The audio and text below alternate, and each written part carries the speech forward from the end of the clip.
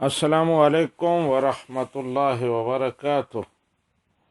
پاکستان سے حافظ محمد بشارت سلطانی صاحب کہتے ہیں کہ جمعہ کے دن نماز جمعہ کے بعد اور دیگر پروگراموں کے اختتام پر نبی رحمت صلی اللہ علیہ وآلہ وسلم کی بارگاہ میں سلام پیش کیا جاتا ہے، اور آخر میں یہ اشعار پڑھے جاتے ہیں جن کی ہر ادا سنت مصطفیٰ، ایسے پیر طریقت پہ لاکھوں سلام۔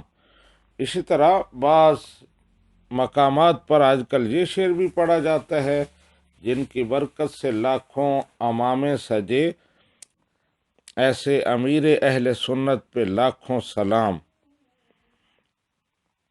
تو کہتے ہیں کیا یہ اشعار پڑھنا شرعاً جائز ہیں؟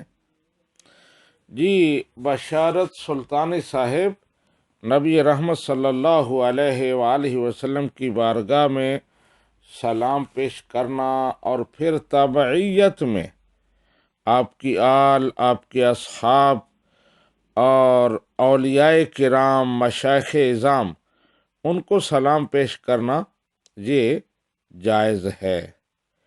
تو یہاں بھی ایسا ہی واقعہ ہو رہا ہے کہ پہلے نبی رحمت صلی اللہ علیہ وآلہ وسلم کی بارگاہ میں سلام پیش کیا جاتا ہے، آپ کے خانوادہ اور اصحاب رسول ان کی بارگاہ میں سلام پیش کیا جاتا ہے، اور پھر اپنے پیر صاحب ان پر بھی سلام بھیجا جاتا ہے۔